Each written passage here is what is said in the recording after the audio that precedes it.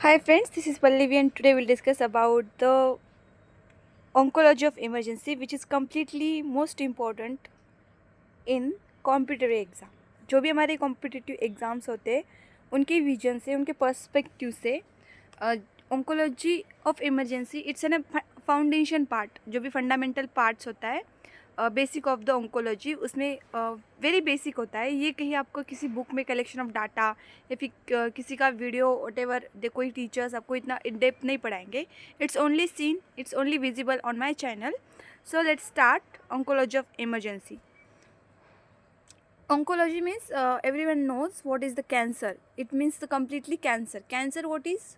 That means to accumulated मतलब जो भी आपका मतलब समझो किसी आपके ऑर्गन का कैंसर हो गया है तो उस ऑर्गन में आपको ट्यूमर्स फॉर्म होंगे और वो ट्यूमर्स समझो मैलिग्नेंट ट्यूमर्स है। मैलिग्नेंट केस में डिसीज कंडीशन जा रहा है तो that was called the tumour. और वो ट्यूमर कैसे हो गए? मैलिग्नेंट हो गए।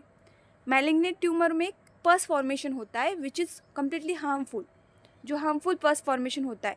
और वो पस अगर आपके किसी बॉडी के ऑर्गन से पस फॉर्मेशन हो रहा है तो डेफिनेटली वो आपके ब्लड में भी कांटेक्ट करेगा। Then they goes to blood stream. अगर वो आपके ब्लड स्ट्रीम में अटैच हो रहा है और आपके ब्लड में इन्फेक्टेड हो रहा है, that was called the blood injury. उसे क्या कहेंगे हम? ब्लड इंजरी कहेंगे। इफ़ समझो आपको आपके किसी पेशेंट को ट्यूमर हुआ है एंड देन उसमें पस फॉर्मेशन हो रहा है because they are malignant case.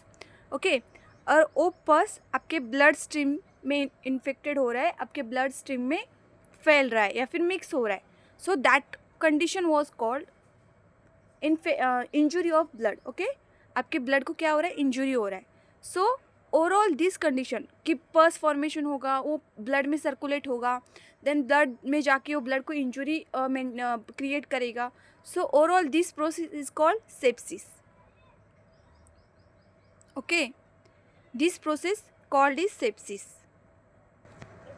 So everyone should know what is the sepsis. कि अगर आप किसी पेशेंट को ट्यूमर हुआ है और वो ट्यूमर मैलिग्नेंट कंडीशन में है और वो पस फॉर्मेट उससे पस फॉर्मेशन हो रहा है और वही पस आपके पूरे ब्लड स्ट्रीम में इन्फेक्टेड हो रहा है, so that was called the sepsis. उस कंडीशन को हम क्या कहेंगे? सेप्सिस।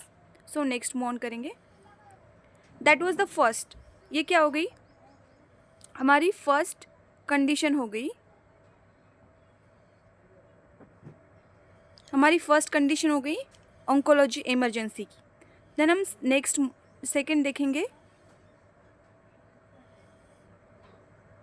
सेकेंड उसी से कनेक्ट करना है कि हमारा जो भी पस था वो हमारे ब्लड स्ट्रीम को अटैच हुआ। देन हमारी ब्लड स्ट्रीम मतलब हमारे ब्लड को इंजरी हुआ। सो मतलब यहाँ पे ब्लड को हमारी इंजरी हो गई। सो अगर ब्लड को इंजरी हो गई, जो हमारे ब्लड में कोई कंटेन है, बहुत सारे कंटेंट्स होते हैं ब्लड में, तो सडनली हमारे ब्लड को इंजरी होने के बाद हमारे जो भी हमारा कोएगुलेशन मेकेनिज़्म था वो स्टार्ट हो जाता है ना। सो दैट उससे क्या होता है? Consumption of clotting factor. हमारे क्लॉटिंग फैक्टर अपसेंट हो जाते हैं। ओके, सो हमारे क्लॉटिंग फैक्टर अपसेंट हो जाएंगे तो हम वहाँ पे क्या हो गया? इफ़ यू हैव, अगर आपके ब्लड में क्लॉटिंग फैक्टर ही नहीं होगा, है ना, आपके ब्लड में क्लॉटिंग फैक्टर, इट मीन्स कि अब हमारा ब्लड सीवियरली फ्लो करेगा। सॉरी, अगर आपको इनकेस कहीं भी कट लगा अगर कुछ हो गया तो वहाँ पे बहुत सीवियर ब्लड होगा। सो उससे क्या होगा? डिसिमिनेटेड इंट्रावेस्क्यूलर कोएगुलेशन होगा। So it was the second oncology emergency जहाँ पे डिसिमिनेटेड इंट्रावेनस कोएगुलेशन होगा। It means DIC। ये हमारी सेकेंड ऑन्कोलॉजी इमरजेंसी है जो कम्प्लीटली क्या करते हैं? हमारे ब्लड मतलब हमारा लेट स्टार्ट। मैं फिर एक बार आपको समझाती हूँ, ये सब कट करते। सेकेंड ऑन्कोलॉजी इमरजेंसी में क्या होता है? जो हमारे ब्लड को इंजरी हुआ है ना, ब्लड इंजर्ड होता है, देन वहाँ पे कोएगुलेशन मैकेनिज्म स्टार्ट होता है। फिर हमारा ब्लड जो भी कोएगुलेशन मैकेनिज्म स्टार्ट होता है तब हमारा क्लॉटिंग फैक्टर, जो हमारे बॉडी में क्लॉटिंग फैक्टर होता है, कंजप्शन हो जाता है उनका। फिर क्लॉटिंग फैक्टर का कंजप्शन होता है, इट मीन्स हमारे क्लॉटिंग फैक्टर ब्लड से एब्सेंट हो जाते हैं। फिर जब क्लॉटिंग फैक्टर ब्लड से एब्सेंट हो जाएंगे तो सीवियर ब्लीडिंग स्टार्ट होगी उस ऑर्गन से, उस पार्ट से।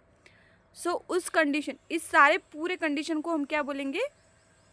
पूरे कंडीशन को हम बोलेंगे डिसिमिनेटेड इंट्रावेस्कुलर कोएगुलेशन। ये ऑन्कोलॉजी इमरजेंसी सेकेंड है, सेकेंड ऑन्कोलॉजी इमरजेंसी। समझ में आ गया। देन हम थर्ड देखेंगे।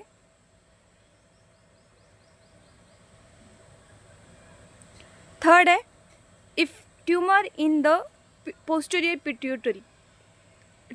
अगर कोई ट्यूमर हमारे पोस्टीरियर पिट्यूटरी ऑर्गन में है तो वहाँ पे एडीएच होगा। It means anti diuretic hormones. ADH के बाद वहाँ पे एडीएच होने के बाद क्या होगा कि रीअब्जॉर्प्शन होने लगेगा। वही रीअब्जॉर्प्शन फॉर्म करेगा ओलिगोयूरिया में और हाइपरवोलेमिया में, and then severe elevated blood pressure में। ओके, जो सीवियर एलिवेटेड ब्लड प्रेशर में उसमें फॉर्म करेगा। देन वही SIADH बनाएगा। That means syndromes of inappropriate ADH। Syndromes inappropriate of ADH form करेगा। ये हमारी थर्ड ऑन्कोलॉजी इमरजेंसी हो जाएगी कि किसी हम फिर एक बार पढ़ाऊँगी कि if tumour in posterior pituitary, तो हमारा वहाँ पे अफेक्ट होगा ADH पे। देन ADH रीअब्जॉर्प्शन बनाएगा। देन रीअब्जॉर्प्शन से ओलिगोयूरिया हो जाएगा। देन हाइपरवोलेमिया हो जाएगा। Then severe elevated blood pressure हो जाएगा। उसके बाद हमारा जो रिजल्ट आएगा वो होगा syndrome of inappropriate ADH। Okay, then next ये हमारी थर्ड ऑन्कोलॉजी इमरजेंसी हो गई। देन हम फोर्थ ऑन्कोलॉजी इमरजेंसी के पास जाएंगे। अगर समझो किसी कैंसर पेशेंट को हमने कीमोथेरेपी दिया है, रेडिएशनल थेरेपी दिया है ना, उसी ट्यूमर पर कीमोथेरेपी और रेडिएशनल थेरेपी अप्लाई किया है। सो वहाँ पे क्या बनेगा, लाइसिस बनेगा। उन सेल्स का लाइसिस बन जाएगा। सो उससे क्या रिलीज़ होगा, PO4-2 रिलीज़ होगा। और वो रिलीज़ कहाँ पे हो जाएगा, ब्लड में हो जाएगा। सो फिर अगर आपके ब्लड में फॉस्फेट रिलीज़ होगा तो फॉस्फेट का लेवल ऑटोमेटिकली इंक्रीज हो जाएगा, है ना। सो डिपॉजिट इन ब्लड, और वो जाके ब्लड में डिपॉजिट होगा। फिर उससे हाइपर कैलेसीमिया बनेगा, है ना, उससे हाइपर कैलेसीमिया बनेगा। और आप एक बार और ध्यान दीजिएगा कि अब हमारे सेल्स में क्या होता है, DNA और RNA होता है। सो DNA से हमें प्यूरिन मिलता है। प्यूरिन क्या होता है, सेल्स डिस्ट्रैक्शन करता है। सो उससे ब्लड प्यूरिन लेवल भी बढ़ जाएगा, मतलब यूरिक एसिड भी इंक्रीज होगा। सो स्टोन एंड गॉल, उससे यूरिक एसिड अगर ब्लड में इंक्रीज होगा तो वहाँ पे हमें स्टोन एंड गट्स भी फॉर्म होगा। That's hyperuricemia. फिर अगर हाइपर यूरेसीमिया बनेगा, स्टोन एंड गट्स भी बनेगा, तो वहाँ पे हमें क्या देखने को मिलेगा, tumour lysis syndrome. That is TLS। That was the fourth oncology emergency. Okay, and the last oncology emergency is airway cancer. समझो आपके एयरवे में कोई कैंसर है या फिर आपके रेस्पिरेटरी एरिया में कहीं पर कैंसर है, तो ब्लॉक सुपीरियर वेना कैवा, मतलब अगर कैंसर है तो वो क्या करेगा, हमारा सुपीरियर वेना कैवा है उसे ब्लॉक कर देगा। तो जो superior vena cava, it means यहाँ पे देख सकते हैं जो ऊपर का ये है, तो वहाँ पे हमारा यहाँ पे ब्लॉक हो जाएगा। तो जो भी हमारा नीचे का इन्फीरियर वेना कैवा और सुपीरियर वेना कैवा है, ये दो है, तो जो भी SVC यानी कि सुपीरियर वेना कैवा है वो ब्लॉक हो जाएगा यहाँ पे। Then cerebral area venous does not return in the heart. जो भी यहाँ का वेनस है हम हार्ट में रिटर्न नहीं ला पाएंगे, क्योंकि यहाँ पे हमारा ब्लॉक हो जाएगा, है ना। यहाँ पे ब्लॉक हो जाएगा तो हमारा सुपीरियर वेना कैवा का वेनस हम हार्ट में नहीं ले पाएंगे। देन कार्डियक आउटपुट हमारा डिक्रीज हो जाएगा, तो पेशेंट क्या हो सकता है, शॉक में जा सकता है।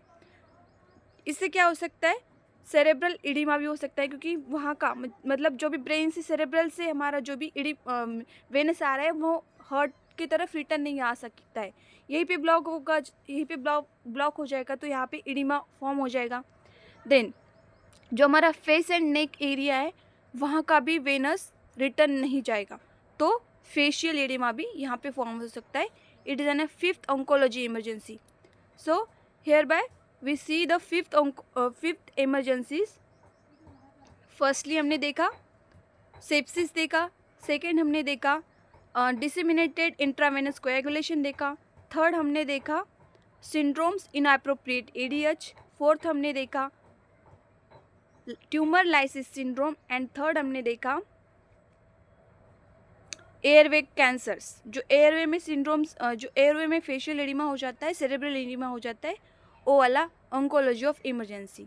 Thank you friends.